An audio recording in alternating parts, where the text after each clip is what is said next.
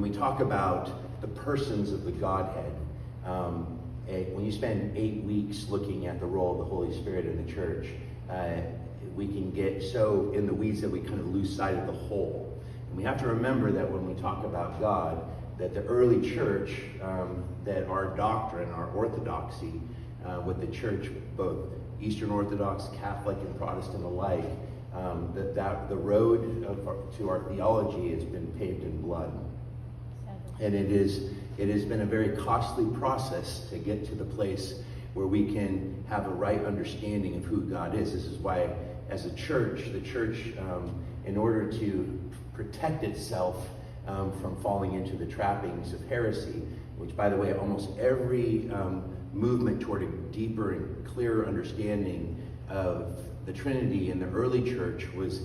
came out of an attempt to wrestle with a heresy that had risen up. And the heresies didn't rise up from bad men and women. They rose up from godly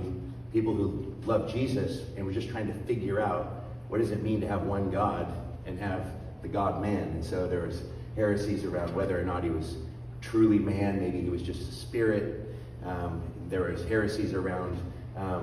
that there wasn't actually two natures, that there was conspiracies and heresies around the idea that Jesus was just a man. There was heresies around Jesus, even around his will, that he had a divine will only, and not a divine and human will. In the early church, what they did is every time these heresies came up, the councils would gather, like the church together would prayerfully seek the scriptures, and God would guide through a communal focus on trying to understand right doctrine, which shows us that why the church is so important, and why we need the church, and why we also need, as the church, to be anchored in what I refer to as living tradition.